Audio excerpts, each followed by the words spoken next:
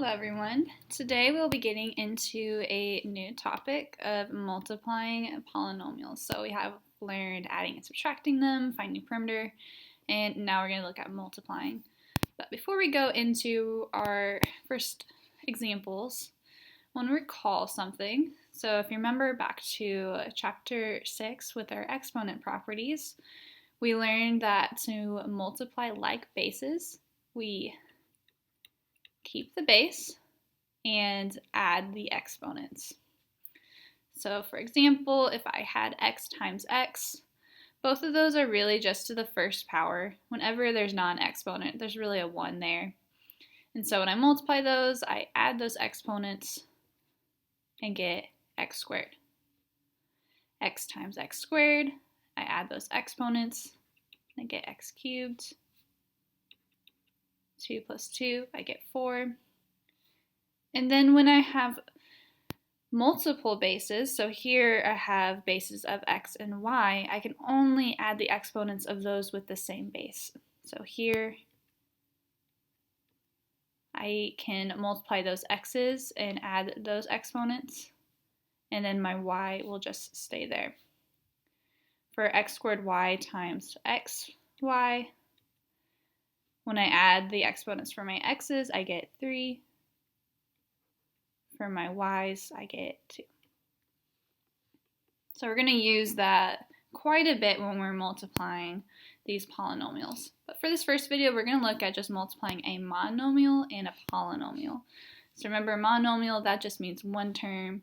Polynomial, that can be 1, 2, 3, multiple terms. So let's look at this first one.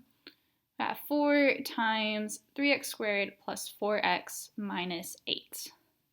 To multiply those together, I'm just going to use my distributive property.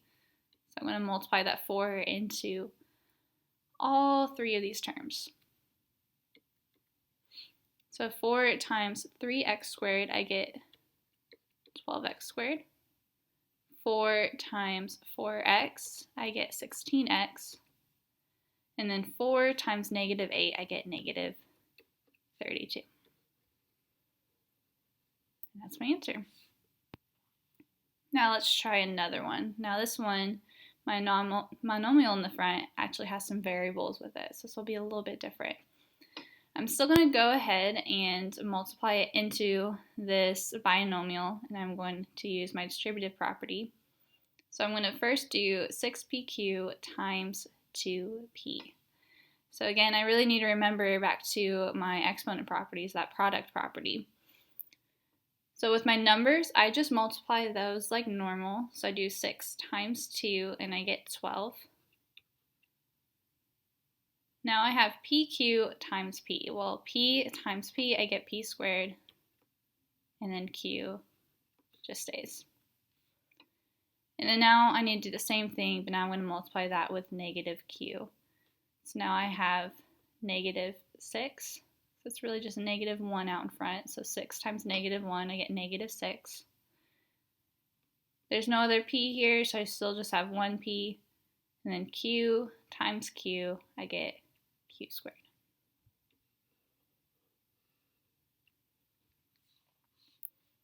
Now to look at one more. So I have 2x squared y. I'm going to first multiply that with 6xy.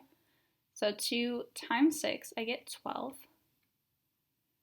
X squared times x. Remember, there's really a 1 exponent there. So 2 plus 1, I get 3. And then y times y, I get y squared.